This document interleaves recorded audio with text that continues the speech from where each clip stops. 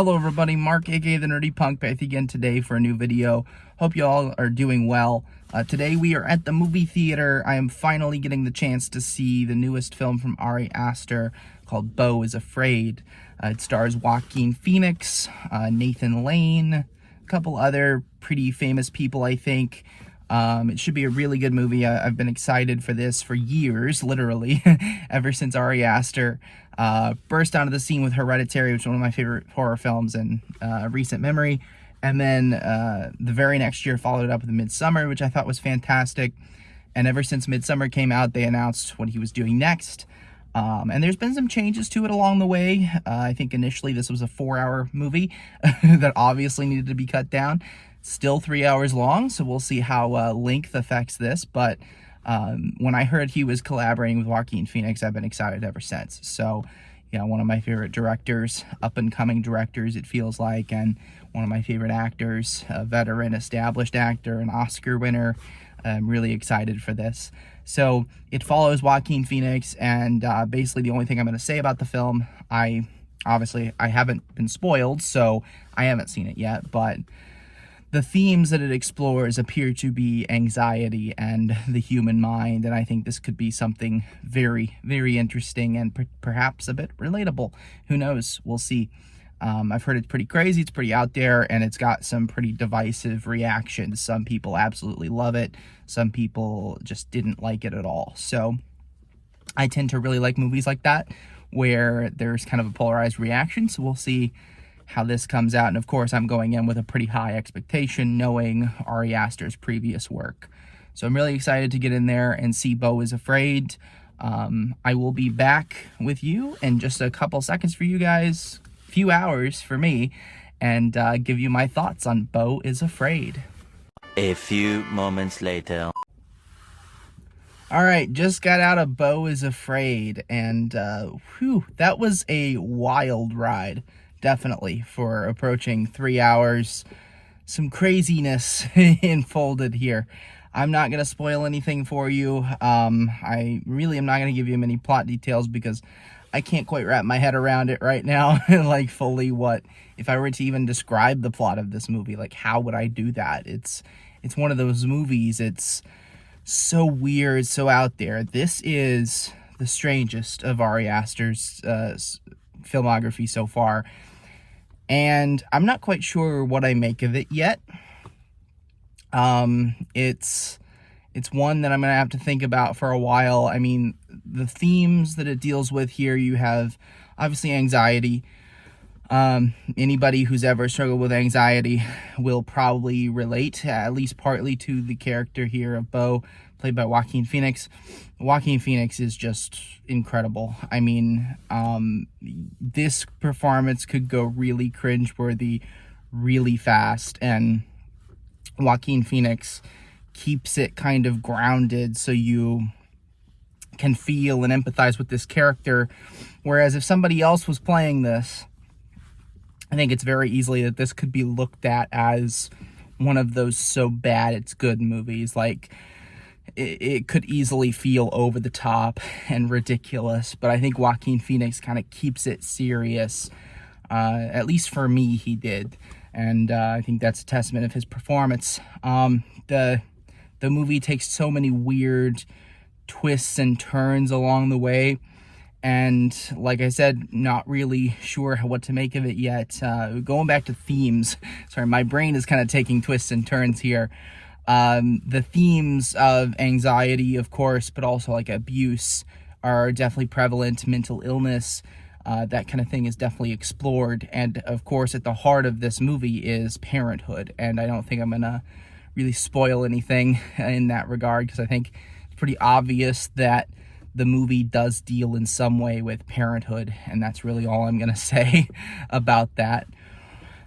It was not as funny as I expected. I expected this to kind of be a comedy horror type thing, and it's really a straightforward psychological horror. I mean, there's some things that I found kind of funny, like there were 2 other people in the theater with me, so I was really surprised I wasn't watching this movie alone, because the theater is kind of dead today, and I figured that this movie, unfortunately, would not be super popular based on the numbers it's been getting at the box office.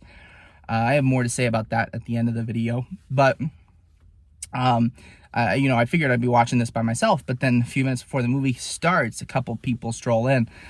The other two people were not laughing, so I don't know if they did not like the movie. I obviously didn't talk to them or anything, but it's kind of hard to read sometimes unless you have those kind of obnoxious moviegoers. These people were chill. They were cool. But sometimes you know exactly how somebody feels about the movie, even if you have no idea who they are, because they just feel the need to verbalize their opinions all the time. Thankfully, these people did not. But nonetheless, I was the only one laughing a little bit at some of those scenes. It's not all overwhelmingly funny, but it's kind of a dry, unique sense of humor that I kind of picked up on. For the most part, though, this is a straightforward psychological horror, and it's hard to describe. It's really, really hard to describe. This is a weird movie in every sense of the word, and I watch a lot of weird movies. This is weird even for me. So this is definitely not a mass appealing movie, which I think is what's driving its box office numbers. Even though Hereditary is an unconventional horror, it's still, same with Midsommar, they still share a lot of those common characteristics with horror, and that draws people into the theater. This is definitely an artsy, out there, interesting movie, weird movie that's not going to have that same pull, I feel, that a Hereditary did. But this is the type of movie that I get out to the theater for. I mean, obviously, I'm a big Ari Aster fan. I'm going to see every single one of his movies. But this, even if I had no idea who Ari Aster was, this is the type of movie that will draw me in because it's weird. I look for uniqueness when it comes to movies that I go see in the theater. Because, let's talk about why the theater business is dying real quick. Taking a side story from the film here for a second. Theater business is dying because, I go in there, I pay $6-7 for a matinee showing. I want to see something interesting, and people aren't just going to pay $6-7 for a matinee, and then even more, especially if you're taking like a family to the movies. It's insane. So people go for what they really want to see, and unfortunately, I think right now mass audiences want to see big spectacles, which, there's nothing wrong with that, but it's like, how many Avengers movies do we need to make? How many Star Wars movies do we need to make? Like, some of them are magical, a lot of them feel like garbage, and that's just my opinion out there. But to me, what I'm looking for when I go to see a movie, I'm not looking for spectacle, although that is nice on occasion. I'm not looking for, these big mass appealing characters. What I'm looking for is something unique. And this is where we tie it all back in together. Beau is Afraid is unique.